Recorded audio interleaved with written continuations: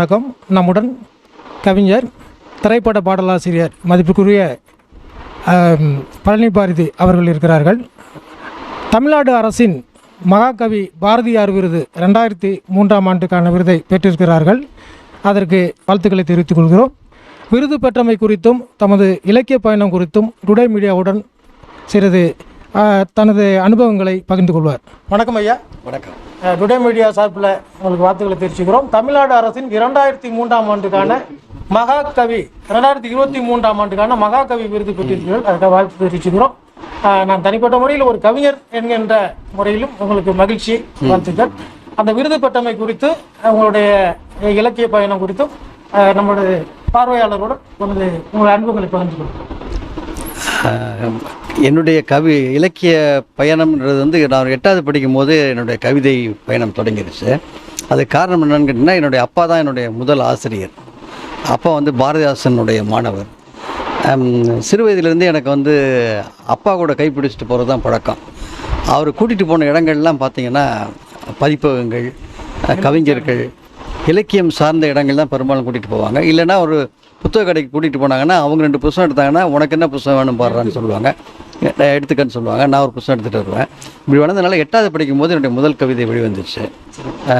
குற்றாலம்னு சொல்லிட்டு ஒரு துணைப்பாட நூலில் ஒரு பாடம் இருக்கும்.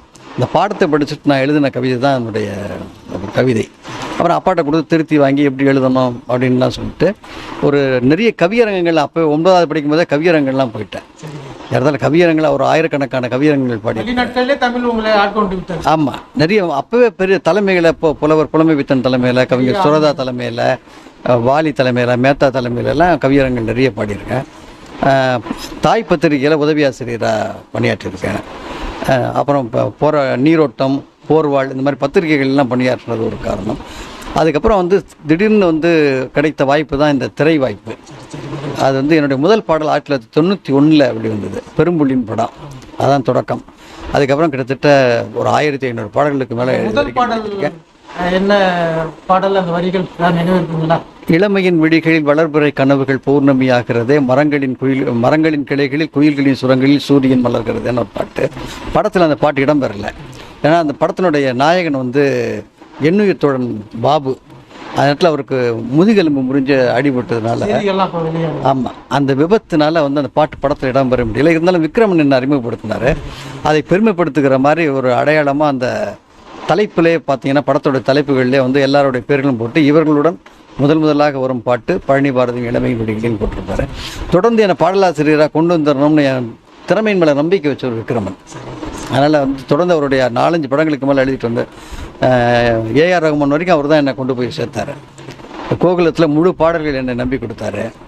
தொடர்ந்து எழுதியிருக்கேன். அப்புறம் என்னுடைய முழு நேர பாடலாசிரியராக மாற்றினதுங்கிறது வந்து பூவே உனக்காக பாடலும், உள்ளத்தள்ளித்தா படம், ரெண்டுமே வந்து அடுத்தடுத்து வெளிவந்த படங்கள். ஒரு பக்கம் வந்து இதெல்லாம் வந்து ஒரு வணிக ரீதியான பெரும் வெற்றி பெற்ற படங்கள். இன்னும் பூவி உனக்காகலாம் நல்ல தமிழில் உள்ள கிளாசிக் சாங்ஸ். 2 படமும் பெரிய வெற்றி பெற்றதுனால முழு நேர பாடலாசிரியர் மாறினேன். கவிதை தொகுப்பாக ஒரு 14 கவிதை தொகுப்பு போட்டிருக்கேன். முதல் தொகுப்பு எந்த வருடத்தில் வந்து? 1982 நெருப்பு பார்வைகள்னு ஒரு கவிதை தொகுப்பு. அது நான் படிக்கும் போது எழுதிய கவிதைகள். அதான் என்னுடைய முதல் தொகுப்பு. 1982 நெருப்பு பார்வைகள். அதை வெளியிட்டது வந்து காளிமுத்து வெளியிட்டார். துணைவேந்தர் நேத்து சுந்தரவடிவேல்னு சொல்லி அவர் தான் தலைமை தாங்கினார். அதுதான் என்னுடைய அந்த ஒரு புத்தகத்தை தான் நான் வெளியீட்டு விழா வச்சிருக்கிறேன். வேறு எந்த புத்தகத்தையும் வெளியீட்டு விழா வச்சது கிடையாது. சினிமாவில், திரைப்படத்தில் பாட்டு எழுதணும்னா இசைஞானி அவர்கள் உடைய இடம்ங்கிறது வந்து யாரும் நினைத்து பார்க்க முடியாத இடம். அவர்களுடைய இசையில் நீங்கள் எழுதிருக்கிற அந்த அனுபவங்கள் ஏதாவது பகிர்ந்துக்கணும்? நிறைய இருக்கு. ஆமாம், என்ன முதல் அவருடைய மிகப்பெரிய ஒரு முதல் பாடல் அவருடைய இசையில் எழுதிருக்கான சூழல் எப்படி அமைஞ்சது? மக்களாட்சின்னு ஒரு படம், அது செல்வமணியோடைய டைரக்ஷன். அந்த படம், அந்த படத்தில் தான் எனக்கு முதல் பாட்டு. அந்த பாட்டும் படத்தில் வரல, ஏதோ காரணத்தை கருதி அந்த படத்தில் வரல. அப்புறம் பெரிய குடும்பம்னு படம், KS ரவிக்குமார், அதில் ஒரு பாட்டு கொடுத்தாரு. அப்புறம் ஒரு பெரிய இடைவெளி, பூமணின்னு ஒரு படத்தில் வந்து தோல் மேலன்னு ஒரு சாங். அது ஒரு பிரபலமான பாடம். ஆமாம், அது ரொம்ப பிடிச்சி போனதுக்கு பின்னாடி அடுத்தடுத்து ராஜா சார் படங்கள் கொடுக்க ஆரம்பித்தார். காதலுக்கு மரியாதை படத்தில் அவர் எழுதின போன பின்னாடி தான் அவர் வந்து தாலாட்டம் நிறைய பாடல்கள் முழு பாடல் நான் தான் அதுக்கப்புறம் தான் அவர் நிறைய பாடல்கள் என்ன கொடுக்க ஆரம்பிச்சார். அது என்னென்னா அவர் அவருக்குள்ளே நம்ம இருந்த ஒரு தனி பிரியம் தான் காரணம். நம்ம தொடர்ந்து எல்லா படத்துலையுமே இசையில் நம்ம எழுதுனுங்கிறது மிகப்பெரிய வாய்ப்பு, அதெல்லாம் உங்களுக்கு கிடைச்சிருக்கிறது. ஆமாம் ஆமாம். இப்போ தமிழ்நாடு அரசோட விருது பெற்றிருக்கீங்க 2023ஆம் ஆண்டுக்கான மகாகவி பாரதியார். அது குறித்து உங்களுடைய மனநிலை? மகிழ்ச்சி என்னன்னு கேட்டால், கலைஞர் ஆட்சியில் வந்து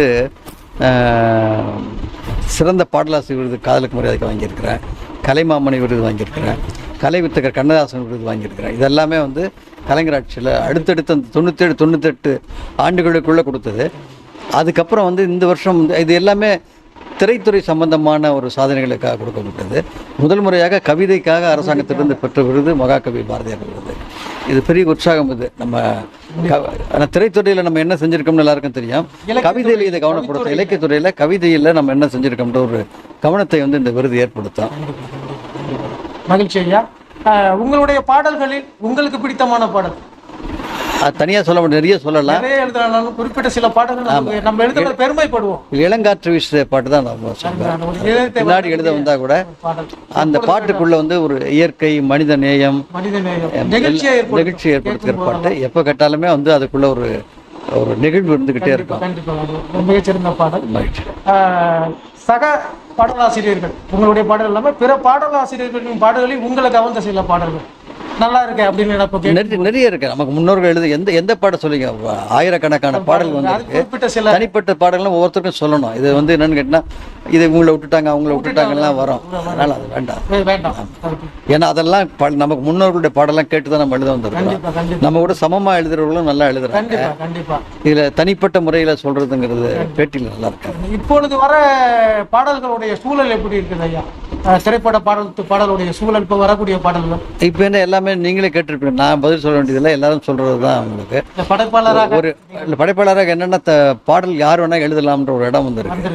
அது காரணம் என்னன்னா, பாடல் இதுதான்ற அடையாளம் போயிடுச்சு. உங்களுக்கு வெறும் ஒளி கூச்சலாகவும் அர்த்தமற்ற வார்த்தைகள் ஒரு ஃபில்லப் பண்ணால் போதும் அப்படின்ற இடத்துக்கு பாடல்கள் வந்துருச்சு. படத்தில் பாடல்களும் குறைஞ்சிருச்சு. ஆனால் இதெல்லாம் இப்படி இருக்காது. வரக்கூடிய படங்கள் கூட அது இல்லாமல் எல்லாமே ஹீரோக்கள் அவங்களே பாட்டு எழுத ஆரம்பிச்சிட்டாங்க எல்லாருமே. அப்புறம் பாட்டுக்குன்னு உரியவர்கள் இல்லாமல் டிஸ்கஸ் பண்ணிட்டு கூட இருக்கிற 4-5 பேர் சேர்ந்து என்னென்ன வார்த்தைகள் போடுறாங்களோ அவங்க உருவாக்குற பாடல்கள் வெற்றி வருது. இது இன்னைக்கு நிலை. இது இப்படிலாம் நீளமாக போய்கிட்டே இருக்காது, மாறும், அப்படியே புரண்டு படுக்கும் மறுபடியும். ஏன்னா தமிழருடைய வாழ்க்கை என்பது எப்பவுமே பாடல்களால் நிரம்பிய ஒரு வாழ்க்கை. அது எப்பவுமே வந்து மறுபடியும் அவங்க பாட்டுக்குள்ளே தான் வாழ்வாங்க. ஒவ்வொருத்தருடைய வாழ்க்கையிலும் ஒரு பாட்டு இல்லாமல் அந்த வாழ்க்கை நகர்ந்திருக்காது. ஒரு நெருக்கடியான நேரமின்மை காலத்திலும் எங்களுடைய அன்புக்கு ஏற்று உங்களுடைய கருத்துக்களை பகிர்ந்து கொண்டீர்கள். அதுக்காக நன்றியை தெரிவிச்சுக்கோங்க. நன்றி. மீடியா வாசகர்களுக்கும் என்னுடைய நேயர்களுக்கும் என்னுடைய நன்றி.